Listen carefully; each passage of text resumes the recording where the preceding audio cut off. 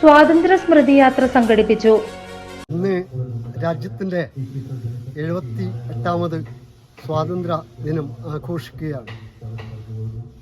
രാജ്യം കടന്നുപോയ വഴികളെക്കുറിച്ച്, അതുപോലെ തന്നെ സ്വാതന്ത്ര്യ സമരത്തിൽ ധീര ദേശാഭിമാനികളെക്കുറിച്ച്, ജീവിതം തന്നെയും എല്ലാം ഹോമിച്ച് ഒരു കാലഘട്ടത്തിൽ രാജ്യത്തിൻ്റെ സ്വാതന്ത്ര്യത്തിന് വേണ്ടി പൊരുതിയ ധീര ദേശാഭിമാനികളുടെ ഓർമ്മയ്ക്ക് മുന്നിൽ ആദ്യമായി പ്രണാമമർപ്പിക്കുകയാണ്.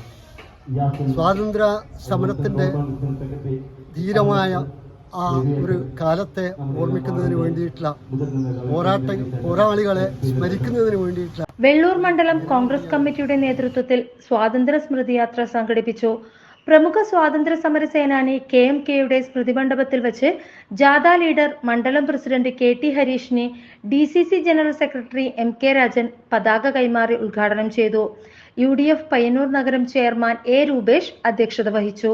K Jayaraj, VC Narayanan, M Pradeep Kumar, EP Shyamala, KV Bhaskaran, N Gangadharan, CH Yasin, Navneet Narayanan, NP Rajan, CK Vinod, Lathika Carmel, Mohanan V തുടങ്ങിയവർ പ്രസംഗിച്ചു. തുടർന്ന് സമാപന സമ്മേളനം TCV സ്മൃതി മണ്ഡപത്തിൽ DCC general secretary AP Narayanan ഉദ്ഘാടനം ചെയ്തു.